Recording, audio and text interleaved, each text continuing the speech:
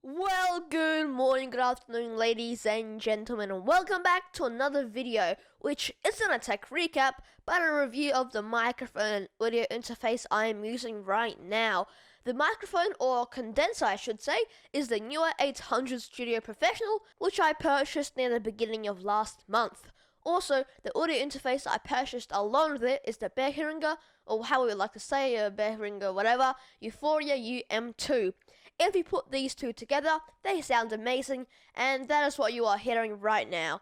Enough talking, time for some pictures.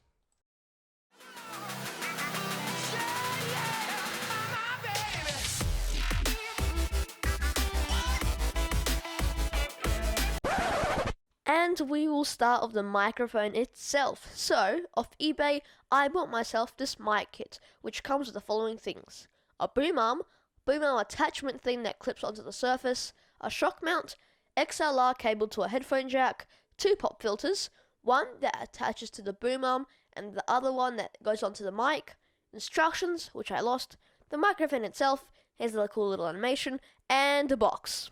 Anyways, I bought this set from a seller on eBay called Emily and Lily, and I will have the product link in the description.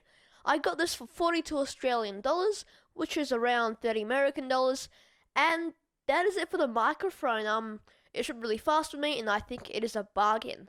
But the only problem that I had with this microphone is that, well, not really a problem, it is a condenser microphone, which means it requires phantom power. Phantom power is power transmitted through XLR cables to operate the mic that contains active electronic circuitry. Quote Wikipedia. However, phantom power only travels through the XLR cable. And in the mic kit, the cable was an XLR to a headphone jack, which wasn't helpful at all. So this is where the cable comes in. So I purchased myself a 2-meter 3-pin XLR cable from a seller called Motho, link in the description, and the cable was made by Selby Acoustics. The cable also came really quickly, and it feels amazing. It feels like premium quality made, and it does its job perfectly. For 2 meters, it cost me 14 Australian dollars, or around 10 American, and you could get it in different colors, so that was a bonus, but you could probably find some cheaper ones out there. But a XLR cannot be plugged into a computer, so this is where the audio interface comes in. Amazing and super cool pan of product you see in commercials. Meet my Behringer U-Phoria UM2 audio interface. It is amazing for what it does at such a good price. I bought this from DJ City for $65, that is around 50 American dollars. The audio interface does come with 48 volts of phantom power, so it can power the Neewer 800 microphone.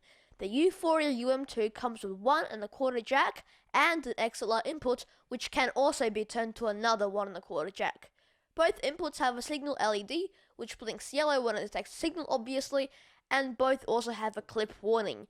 Clips are basically the result of an audio device amplifier trying to reach a higher output voltage beyond its capability, and it doesn't sound really nice. The box also has 3 knobs at the top, which control the volume of both inputs and the volume of the output.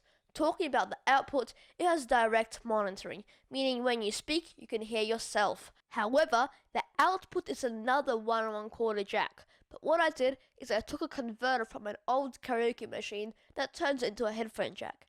And then I also purchased myself a headphone jack splitter, which means I can connect up to 5 different headphones at once.